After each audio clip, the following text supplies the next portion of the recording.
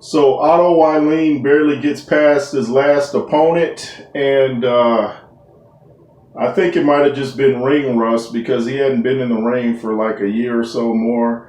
He was, of course, wanting to fight Dillian White. That fight didn't happen. A lot of people thought, and myself included, that Dillian had ducked Otto Wallin because he's no pushover. I didn't actually see the fight. In fact, you got to forgive me. I forget the guy's name he fought. It was something like Sokolok Whiskey, something like that. I know I'm butchering his name, but shout out to Boxing Square. I was watching his video. He said it was a pretty lackluster performance. Even Otto Wallin's trainer wanted him to step it up. So I think it was ring rust. Not every fighter is going to look good every fight. I mean, even the greats, Mike Tyson, Evander Holyfield.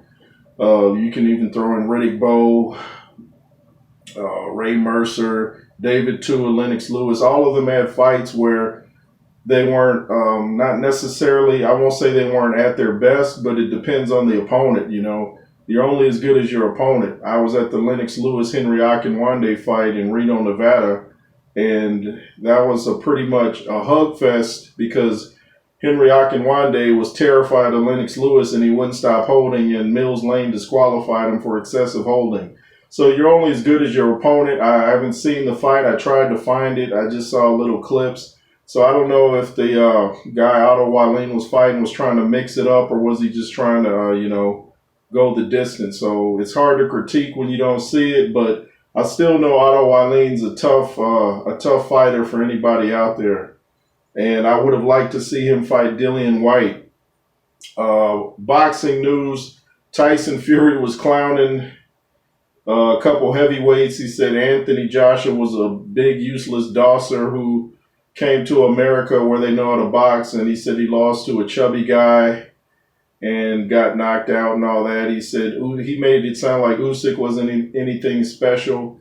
So, Tyson Fury, he's a funny guy, as I always say. He's a tough guy. I believe he's a future Hall of Famer. I think Joshua is too. Usyk, definitely a Hall of Famer. So it looks like the Dillian White Fury fight is going to happen.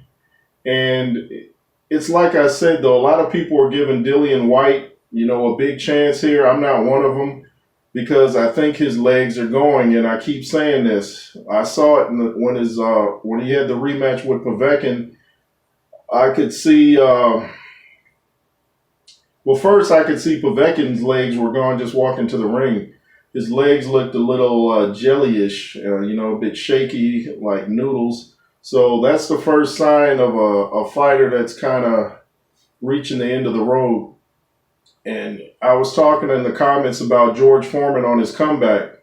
When he came back, he was pulling diesels up hills. He was doing all kind of things to strengthen his legs. He was in his 40s.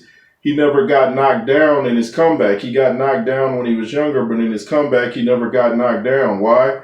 He strengthened his legs. So Dillian can regain his legs if he works on it, but I just think the weight and size of Tyson Fury will be too much, and that uppercut is always a problem for Dillian. It's like once you hit him with an uppercut, the trap door opens and he goes down.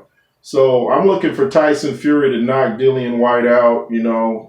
I don't think it's going to be, it might start off a little intense, but I don't think it's going to be as tough for Fury as a lot of people think.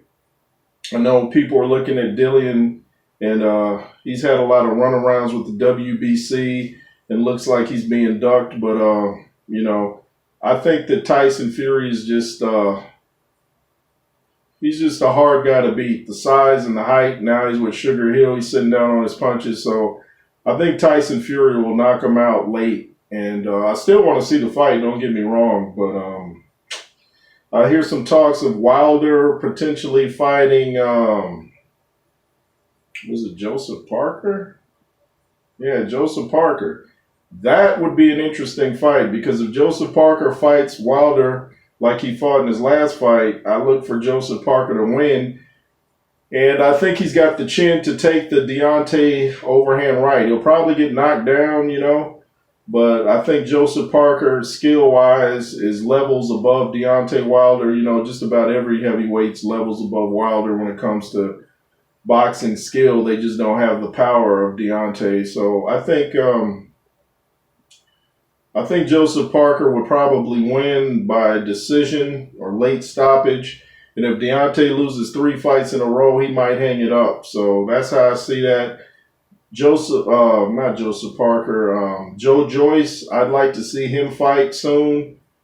It'd be great to see him fight, one of the top guys. Oh yeah, I heard some talks of even Jared Anderson and Deontay Wilder fighting. That would be a huge step up for Jared Anderson. I'd like to see it.